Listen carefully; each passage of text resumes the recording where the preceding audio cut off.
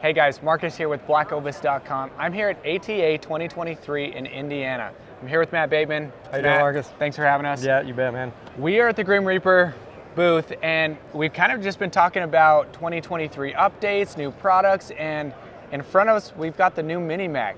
Right. Tell us a little bit about what you guys have been doing. I know you haven't specifically come out with a new product, but you have been making a lot of improvements on existing product. But one of the cool things about Grim Reaper, we have a huge lineup, and everything's made in-house in our own machine shop in Provo, Utah. And one thing we're continually doing hands-on is if we see a need or an opportunity to even make slight improvements to a product, we do it. And it's not something that we have to wait all year to do. We can be hands-on and make those improvements and changes as we see a need. So the Mini-Mag has been tremendous for us. Like, I know you guys have played with it. I think there's 3 or 4 of us that shoot that Mini-Mag. Yeah, it's an awesome head, and nothing was wrong with what it was. Over the last couple of years, we saw a potential way to slightly improve the performance of the 100-grain Mini-Mag specifically. The original 100-grain Mini-Mag had a bigger diameter, beefier tip and ferrule, but in order to make weight, we had to machine down the collar. And over the years, repeated shots of the broadhead, et cetera, really hard hits, it could potentially stretch or damage that collar a little bit, et cetera. So what we did... Overuse. Yeah, uses. I mean, they were designed, all of our broadheads are designed to brand new, installed properly, unshot, to handle and do business and shoot an animal and do the job and not, get it done. But not to say that it couldn't damage or tweak. And what we saw were guys would shoot them multiple times into a target or even shoot multiple animals with one head, which I don't really recommend, but guys are doing it. And so then on those multiple use scenarios, that collar would stretch or get damaged, or guys were doing destructive tests, and that was the weak link on like a center block, right? That those blades would slam into that steel collar and that collar would flex and things would give way. So we had 0 issues in hunting scenarios, but when guys post a picture of a broadhead damaged, no matter what the scenario, it gives us that bad rap. And as we looked at it and studied it, hey, we can make that even tougher. So why not? And that's what we do constantly at Grim Reaper. If we see a need, we try and fix it. Or if we see even the smallest improvement with our models, we do it, and we're constantly improving and changing and tweaking things behind the scenes that most people never see or know. But this one's significant enough visually and performance-wise that I wanted to touch base on it.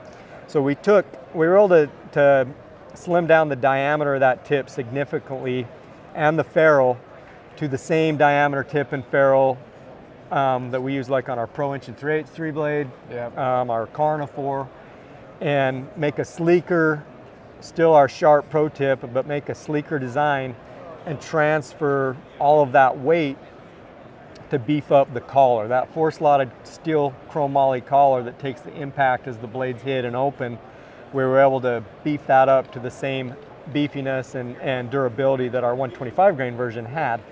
So plus the end result made a real sleek tip and design on impact. It's just a small sharp tip that you've got to get in before the blades contact. It leaves a lot of flesh and hide there to really deploy those blades quickly. And then another benefit that it added, it moved all of that weight back into the collar that sits right on the end of your arrow. So just better balance, less potential change of your FOC if you had all that weight out further. Just duplicates field point accuracy even better than before. So, I mean, there was multiple small benefits that came from transferring that weight and beefing up that collar. I personally shot multiple animals this year in 2020, or this past year in 2022 with the new design. Awesome, just tremendous performance. So nothing but as good or slightly improved performance over the original Mini-Mag. So these are officially shipping today. Cool. It's what we're sending moving forward in 2023. Nothing wrong with the ones out there, but this is just a little improvement we were able to make it a little better, a little tougher, a little more sleek and streamlined, and with a few of those other added benefits I talked about. So super excited about it. One of my favorite broadheads, little 1.25 inch cut, 4-blade mechanical, gives you 2.5 inches of total blade surface in that small compact design, and we've just even made it tougher now. So if you're looking for a super accurate, super tough head, small compact design that gives you that field point accuracy, but yet still packs a really good punch and a really cool square wound channel it puts through an animal. The Mini-Mag is one to definitely look at putting in your quiver. Well, as you mentioned, the old Mini-Mag, I don't even want to call it old. Yeah. It kind of hurts me a little bit because I shot 2 animals with it this last year. And I mean, it's phenomenal. It's one of my favorite broadheads.